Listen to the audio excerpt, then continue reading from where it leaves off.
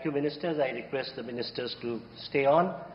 The next exchange is also by the Ministers. This is the Memorandum of Understanding between the Government of Republic of India and the Government of Republic of Angola on cooperation in the field of Ayurveda and other traditional systems of medicine.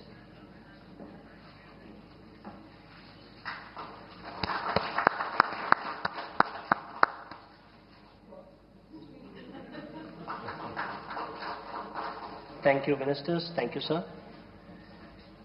Next, we have the exchange of the cooperation program between the Government of Republic of India and the Government of Republic of Angola in the domain of culture for the period 2025-29. This will be exchanged on the Angolan side by His Excellency Clement Kamemba, the Ambassador of Republic of Angola to India, and on the Indian side by Sri Damu Ravi, Secretary ER-MEA.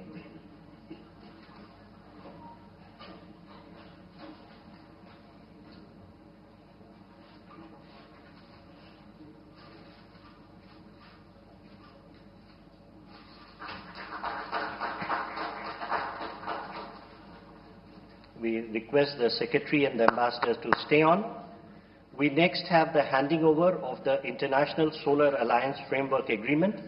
This will be handed over by His Excellency Clement Kamemba, the Ambassador of Republic of Angola, and be received by Sri Damu Ravi, Secretary ER, Ministry of External Affairs.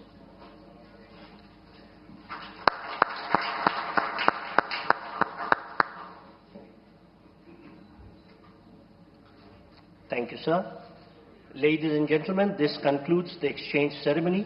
I now request the spokesperson of Ministry of External Affairs to conduct the remainder of the proceedings. Namaskar, good afternoon, ladies and gentlemen. Your Excellency, Mr. João Manuel Gonzalez Lourenço, President of the Republic of Angola, Honorable Prime Minister of India, Shri Narendra Modi, Honorable Ministers, members of both delegations, and friends from the India. We will now have the press statements. May I request Honorable Prime Minister of India, Shri Narendra Modi, to give his remarks to the media. Your Excellency, President Lourenço, दोनों देशों के delegates, media के सभी साथी, नमस्कार। मैं बिंदु, मैं राष्ट्रपति लॉरेंसो और उनके डेलीगेशन का भारत में हार्दिक स्वागत करता हूं। यह एक ऐतिहासिक पल है। 38 वर्षों के बाद अंगोला के राष्ट्रपति की भारत यात्रा हो रही है। उनकी इस यात्रा से न केवल भारत अंगोला संबंधों को नई दिशा और गति मिल रही है, बल्कि भारत और अफ्रीका साझेदारी को भी बल मिल रहा है। फ्रेंड्स, इस वर्ष भारत और अंगोला अपने राजनयिक संबंधों की 40वीं वर्षगांठ मना रहे हैं, लेकिन हमारे संबंध उससे भी बहुत पुराने हैं, बहुत गहरे हैं। जब अंगोला फ्रीडम के लिए फाइट कर रहा था, तो भारत भी पूरी फेथ और फ्रेंडशिप के साथ खड़ा था। फ्रेंड्स, आज विभिन्न क्षेत्रों में हमारा घनिष्ठ सहयोग है। भारत अंगोला के तेल और गैस के सबसे बड़े खरीदारों में से एक है। हमने अपनी एनर्जी साझेदारी को व्यापक बनाने का निर्णय लिया है। मुझे यह घोषणा करते हुए खुशी है कि अंगोला की सेनाओं के आधुनिकीकरण के लिए $200 मिलियन की डिफेंस क्रेडिट लाइन को स्वीकृति दी गई है। रक्षा प्लेटफॉर्म्स के रिपेयर और ओवरहॉल और सप्लाई पर भी बात हुई है। अंगोला की सशस्त्र सेनाओं की ट्रेनिंग में सहयोग करने में हमें खुशी होगी। अपनी विकास साझेदारी को आगे बढ़ाते हुए हम digital public infrastructure, space technology और कैपेसिटी बिल्डिंग में अंगोला के साथ अपनी क्षमताएं साझा करेंगे। आज हमने health care, diamond processing, fertiliser और क्रिटिकल मिनरल क्षेत्रों में भी अपने संबंधों को और मजबूत करने का निर्णय लिया है। अंगोला में योग और बॉलीवुड की लोकप्रियता हमारे सांस्कृतिक संबंधों की मजबूती का प्रतीक है। अपने पीपल टू पीपल संबंधों को बल देने के लिए हमने अपने युवाओं के बीच यूथ एक्सचेंज प्रोग्राम शुरू करने का निर्णय लिया है। फ्रेंड्स, इंटरनेशनल सोलर अलायंस से जुड़ने के अंगोला के निर्णय का हम स्वागत करते हैं। हमने अंगोला को भारत की पहल coalition for disaster resilient infrastructure, big cat alliance और ग्लोबल बायोफ्यूल अलायंस से भी जुड़ने के लिए आमंत्रित किया है। फ्रेंड्स, हम एक मत है कि आतंकवाद मानवता के लिए सबसे बड़ा खतरा है।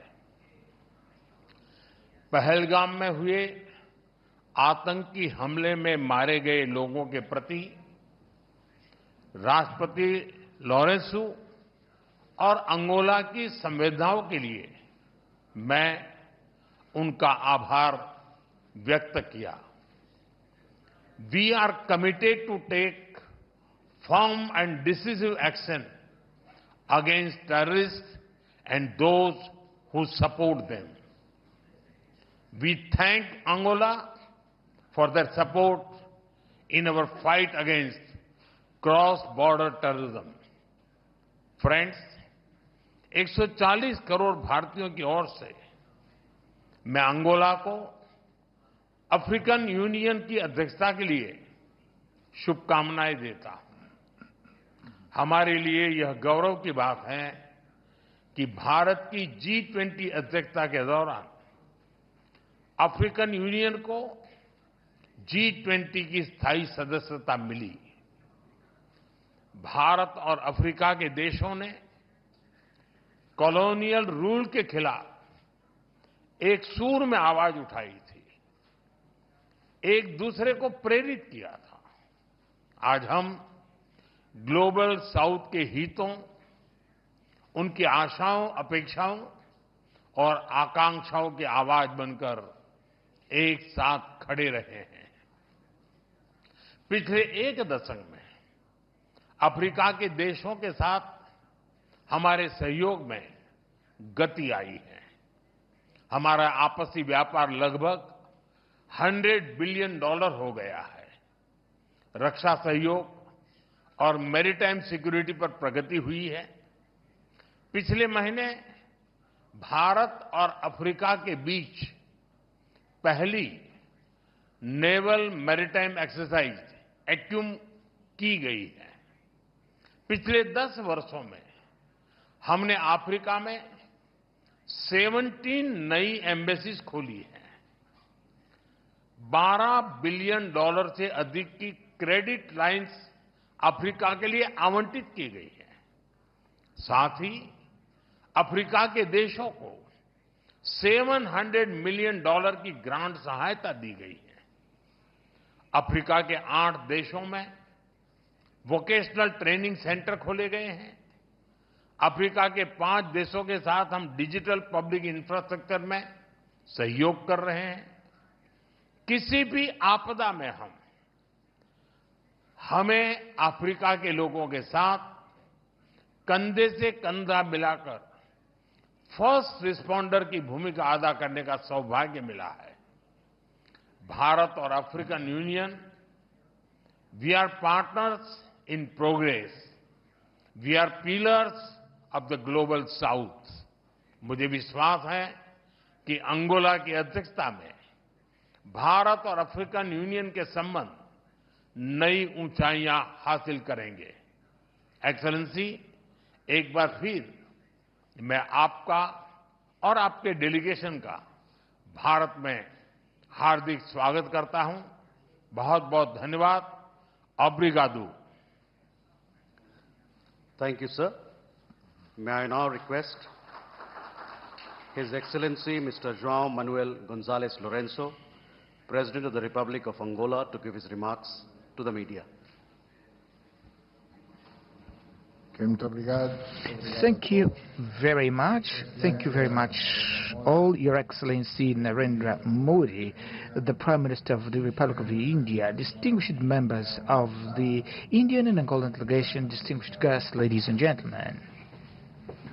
Allow me, first and foremost, to thank the very gracious words that Your Excellency has addressed to us and express our gratitude for the hospitality that has been accorded to us since our arrival in this beautiful city of New Delhi, where we see reflected the rich and vast culture of the Indian people who have welcomed us with the warmth and cordiality which is their hallmark.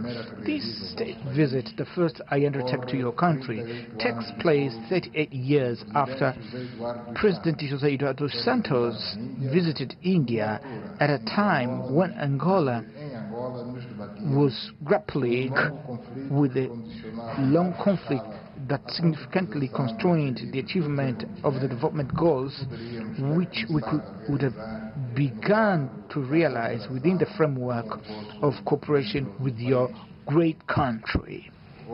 Today, circumstances have changed. We enjoy peace within the context of democracy that continue to consolidate itself, opening up far broader prospects for exchange between the Republic of Angola and India, whose potential of both our nations, when combined, can help establish a significantly expanded foundation for business opportunities, commercial exchanges, institutional cooperation and investments in the economies of our respective countries and other domains that we may identify. I've come to India to convey, amongst other aspects, a message of admiration and friendship that we hold with your country, whose history is rich in events that have made it a cultural, scientific, technological, political reference on a global stage. I've also come to India with the intention of showcasing a new vision for the relations between our countries, grounded on the concrete and achievable objectives with practical results that will help transform, even in our own time, the daily lives of our respective peoples and countries. Honorable Prime Minister, Excellencies, when we reflect upon what has been accomplished since the establishment of relations between our respective countries, as well as what remains to be done and what may yet be achieved, we observe a gap in accomplishments that we both have the need and are able to bridge, taking into account the human, material and other resources at our disposal.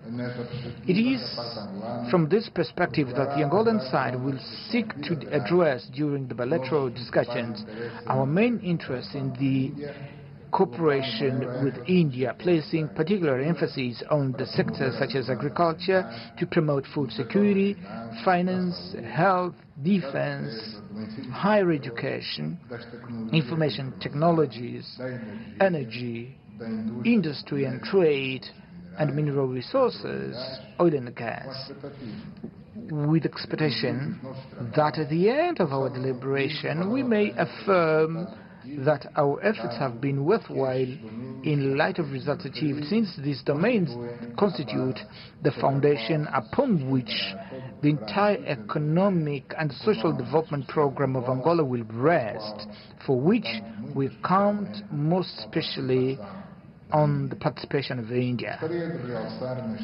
In this regard, I would like to underscore the significance we attach to the direct participation of Indian investors in the Angolan economy, which hold a considerable growth potential and offers conditions that render it attractive, because we are endowed with a valuable asset, which is a young population marked by vigor and a capacity to assimilate new knowledge which can be harnessed in the service of entrepreneurs who look for Angola as a destination for their investments and business ventures. These ideas may become a tangible reality in the short and medium term, as there is political will that inspires us to undertake projects of mutual benefits, for which it is essential to mobilize the necessary financial resources.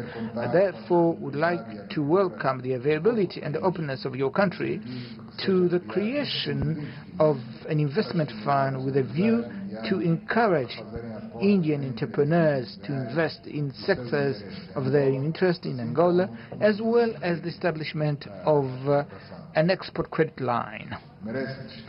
It is important to underscore the fact that the signing of considerable number of legal instruments has happened, which will enable the resumption and strengthening of bilateral cooperation following the prolonged period of stagnation since the signing of the General Agreement on Economic, Technical, Scientific and Cultural Cooperation on 4th October 1986 up to the convening of the first session of the Angola-India Bilateral Commission in September 2020 and the activation of the political and the diplomatic consultation mechanism between our two countries on the 11th of August 2023. This renewal of contacts, which took place during a critical period in the recent history of humanity, when the COVID-19 pandemic on one hand restricted contacts between peoples and nations on a global scale, but on the other hand, it was precisely in this challenging period that we came together once again to discuss our perspectives, our interests, our visions for the future, as well as the challenges, the common challenges for Africa in particular we're facing at the time, confronting an unprecedented phenomenon in which your country played a prominent role through its contribution to the African continent, especially with the donation of vaccines that have proven essential in the effort to contain the spread of the disease. Your Excellency Prime Minister Narendra Modi, Your Excellencies, in this engagement between